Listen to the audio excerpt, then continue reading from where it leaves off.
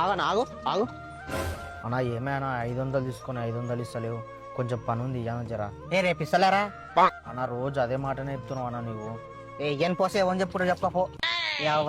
పొచ్చురాదు ఇవ్వగానే ఇచ్చిన పొచ్చుగాడు. అమ్మలారా అయ్యలారా అందరు వినండి, నరేష్ గారు 1000 రూపాయలు పైసలు తీసుకొని ఇయ్యమంటే ఏం చేసుకుంటో చేసుకోపో అని అంటుండు. ఇది ఎంత వరకు న్యాయం? నా పింఛన్ పైసలు వస్తే 500 ఇప్పించుకునే ఇయ్యపాయనమాట.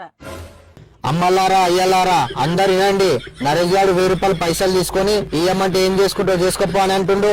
ఇది ఎంత వరకు న్యాయం? హలో నర్సనా, నువ్వు శ్రీరానికి 1000 రూపాయలు ఇవ్వాలంట. ఊరల్లో మైక్ పెట్టుకొని తిరలాడుతుండు.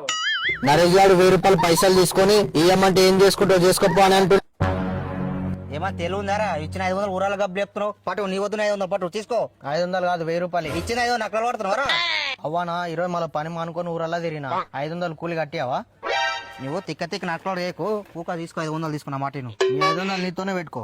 అమ్మలారా అయ్యలారా అందరు వినండి, నరేష్ గారు 1000 రూపాయలు నువ్వు తీసుకో పట్టు ఊక. అట్లా రా దారికి. ఒకసారి నీతో పైసలు తీసుకుంటే నా చెప్పు నేను కొట్టుకుంటా. నీ ముఖం